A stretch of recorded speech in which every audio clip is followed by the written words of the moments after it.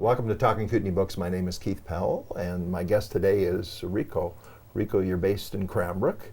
You're an illustrator, an artist, and I've had the opportunity of interviewing authors, publishers, but I haven't had an opportunity to actually sit down and talk to an illustrator of a book, so that's what we're going to explore today. So, Rico, can you just tell me a little bit about your background? I know you came to Canada from Japan, but let's just find out what motivated you to move to Canada. I came to Canada from Japan in 2012 because my husband wanted to work somewhere outside of Japan. Okay. So I just followed him. Okay. And what was your first home in Canada? Actually, we went to Vancouver to stay, but we were not very happy there. Right. Then just moved to Jasper in Alberta, and then we lived there for 9 years. Right. So I know you as Rico. What is your full name? My official name is Satoko Naito. Okay. So I understand that your husband has a unique business in Cranbrook. Can you just talk a little bit about his business for a moment? He started his own brewery called Naito Beer. Okay. So what's unique about Naito's beer? He makes only gluten-free beer. Gluten-free beer. Okay. Now you had a connection to that company as well. What role did you play? I just helped to make an artwork for the beer can. Okay, so beautiful design, and it really stands out when you pick up the beer can. It's a pleasure to look at the artwork. So, Rico, I just wanted to ask you about your background and your training and so forth. So, can you just tell me, as an artist, where did you receive your training and how did that go? My father is an oil painter, so I grow up with seeing many paintings and the material things since I was a baby. So it was always around you? Yeah, so it was so natural to start and doing every day. Okay. Then I went to high school, which has a lot of art classes, so I can take many art classes in a day. And then I went to prep school to pass the entrance examination for the art university. The next year I entered the art university in Tokyo, and then after graduation I kept studying art in Netherlands. Okay. Then I'm here now. Wow, great. So you've had a lot of training in the arts. Obviously you enjoy it. Yes. And so when you came to Canada, you ended up in Jasper, as you mentioned, and you made a connection there with a writer, and that resulted in you illustrating a book. Can you just tell us a little bit about the experience of illustrating a book? How did that all go together, and what kind of planning did it take, and that kind of thing? About this book? Yeah. Yeah, I got this opportunity from, actually I don't remember very well how I got the job, but I think when I was at the farmer's market, a friend of my friend asked me if I'm interested in doing the artwork for the book, and then I said yes. Okay. Yeah. So the book is about a cinnamon bear and it's sort of its adventures as it travels through and visits various locations in Jasper. Now I'm going to talk a little bit about your artwork because it's unique in itself. What is your style of art? I do one-line drawing, which I started about almost 15 years ago, I think. So just tell me, what is one-line art? I just continue to draw with one line without lifting my pen till from beginning to the end. Yeah, that's a technique. So it allows you to sort of tell and connect a story as you go? Right. So how did that work when it came to a book? How did you do that, actually? I didn't make the story. So you would have read the story, got familiar with the story, and then you were able to illustrate it from there? Yes, freelance writer Liz who is my friend now, and she wrote a story. And then first, I remember we visited all the locations where the bear visited in the book. Right. So like we walked by the creek or library, and we also hiked up the hill with chatting about the book. Right. Yeah, it was really fun. Okay, so you sort of familiarized yourself with the setting, and then as you were going to these various locations, you obviously were making notes in your mind as to how you were going to draw it or illustrate it. I also took a lot of pictures. Right. And so how long did it take you to actually put the book together? It took maybe a year. I remember that I was working with my computer to edit my artwork until the right before my delivery of my daughter.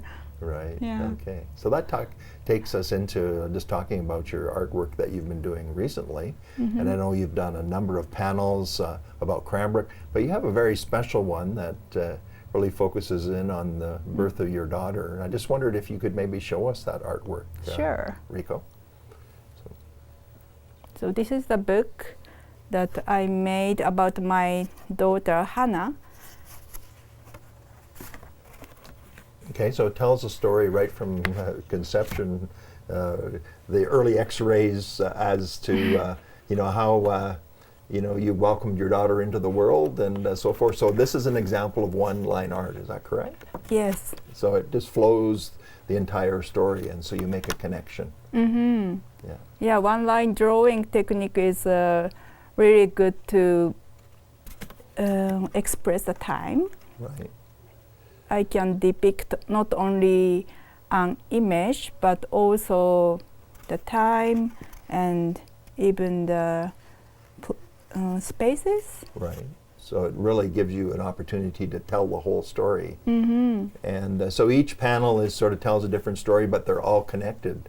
Yes. And it's almost like a book in itself, is it not? Yep. Yeah. That's true. Yeah, good. Yeah. Well, thank you for showing us that. Rico, I had the pleasure recently of taking one of your art classes. Yes. And I'm a little embarrassed to show people my artwork, but it, again, sort of illustrates the fact that your technique is one that sort of tells a story, and those stories are all connected.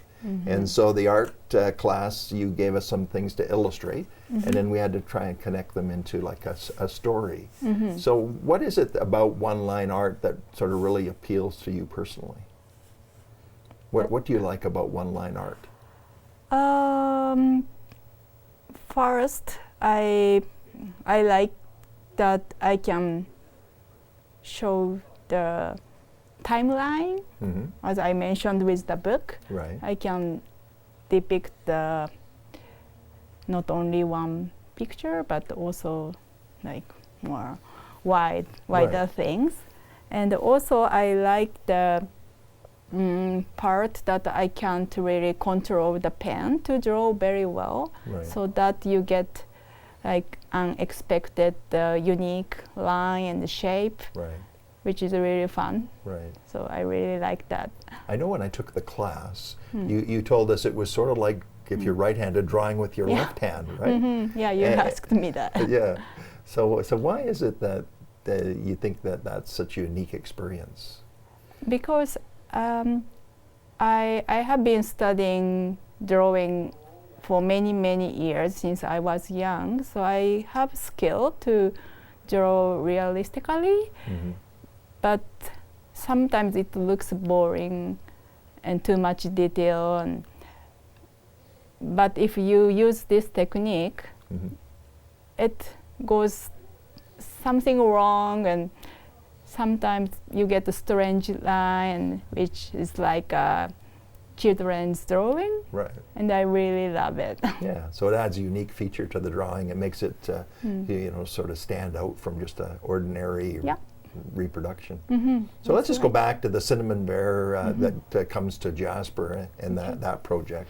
I know you worked on that book a lot, and that was like a half a dozen years ago. But when you actually sat down and started drawing, did you have the whole book in mind at that time, or did it develop as you went? Yes, kind of. I imagined the finished work after I heard the story. Right. And so you were able to sort of envision how it would go together and how it would tell the story? Yep. But you use watercolor, right? Yeah. Okay. So why do you like the medium of watercolor? Because it's kind of same as a one-line drawing. You get the expected color or some happening, and I really enjoy that magic part of watercolor. So you make your one-line art, you add in color, and you just really don't know what to expect. Actually, no, sorry. Yeah. Actually, I planned that I don't know, because I have been painting a lot, so I have like basic skill, so I can paint without thinking, like basic things. Right. And I'm expecting something magic happen by the accident or. Well, yeah, I have to say it works, Rico, because your book is beautifully illustrated and it tells such a nice, warm story. And your one-line art, along with the watercolor that you use to illustrate it, really brings it all together, and it makes it like not only enjoyable to read, but it's really fun to look at as well. Thank you. Yeah, this technique really suits to this story.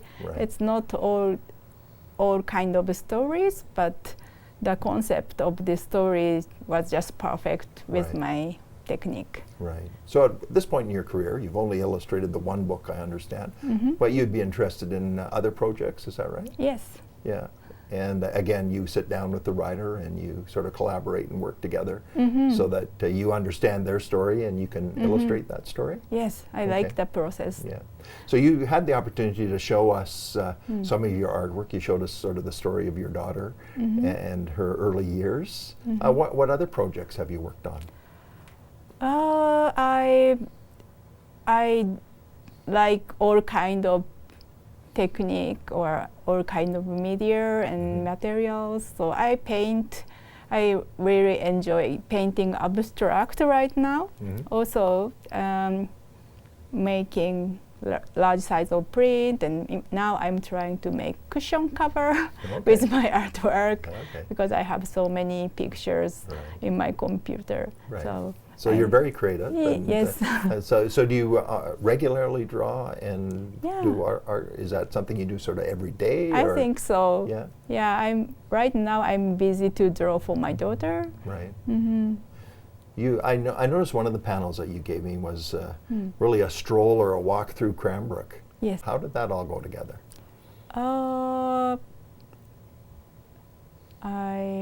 Sometimes I make one-line drawing book, such as my daughter's book, for no reason, without any plan, just to make the long accordion book. Sure. And the one that you did of Cranbrook, I get the sense that you just sort of walked through downtown and you really recorded. It was almost to me like a movie. As you went, you were recording this in your mind so that you could draw it down and illustrate the various locations in downtown Cranbrook. Is that sort of how it went? Thank you. Yeah. Because I choose the special spot and the special things that inspires me to draw. So it's very personal, but to make that book, I also tried to draw some symbolic Cranbrook stuff. Right, so there's some iconic images in there, I would call them, like the clock tower and those kind of heritage buildings that sort of maybe really stood out. Can't remember, was the fire hall, did you do the fire hall? No, I don't think so. No. Yeah, but there were a number of locations down in Cranbrook that were very identifiable, and you did a beautiful job of illustrating that. Thank you. So when we talk about one-line art, is there sort of a group or an organization that sort of promotes that kind of art, or is it something unique to your style, or how widespread is the following when it comes to one-line art? I don't know. I know many other artists are doing one-line drawing, but when I started this, I didn't know. Also, I didn't care about it, and I don't know. So somewhat it's unique to your style, right? Yeah. Yeah, well, that's really cool. Now, if people were interested in your art, I noticed that from time to time you do set up a display at like local farmers markets and that kind of thing. And so what is people's reaction when they come up to your table and see a sample of your art? What typically do they say? Oh, beautiful. Yeah, yeah. What do you think people like about your art? I'm very happy and really appreciate it. Right, yeah. And so you have cards or some of your artwork that is available that people could buy if they would like to use it? Yes. Now, if someone came to you and said, Rico, I'd like you to illustrate a photo or a building or that kind of thing, would you do that as a commission? Yeah, I would love to. Yeah. Have you done many commissions over the years? Yeah. Yeah. What typically do people want you to illustrate? Some people ask me to draw their house, Right. with one line. And right now I have a project. I like to draw back view of people, not front side. Okay. So I have been doing commission, like back view series. Okay, that's interesting. Yeah. And why the back? To be honest, if I draw the people's face with one line, the face looks strange, so I don't really love it. But back view is telling. Sometimes the back view is telling more people's character or something that you cannot see from the face. Right. So I like the back view. Right. You sound like my wife. My wife dabbles in photography, and she loves to take pictures of people walking away from her, or maybe skiing away. Or it just seems to catch the motion and a different perspective for sure. I think so. Yeah. So again, let's just go back to the book. So you illustrated the book. Do you know what kind of success the writer had with the book? Yeah, I know it was very popular and was selling very well in Jasper. Right. Yeah. Well, it's so focused on Jasper. I can see why people would really snap it up and want to have a copy. Yep. So I'm wondering, will the Cinnamon Bear ever come to the Kootenays? Do you have it? Well, I don't know, but maybe that could be a future project. So, yeah. Rico, it's been a pleasure to have you as a guest today. Thank you. Congratulations on your artwork. Your one-line art is really unique, very colorful, and people can look forward to meeting you at the various farmers markets during the summer. So keep an eye out for Rico. Again, thank you for being our guest, and congratulations on a great job on the Cinnamon Bear book. It's really a fun read, and it's a pleasure to have an illustrator to talk to on Talking Kootenay Books. So thank you. Oh, thank you. So my name is Keith Powell, and this has been Talking Kootenay Books.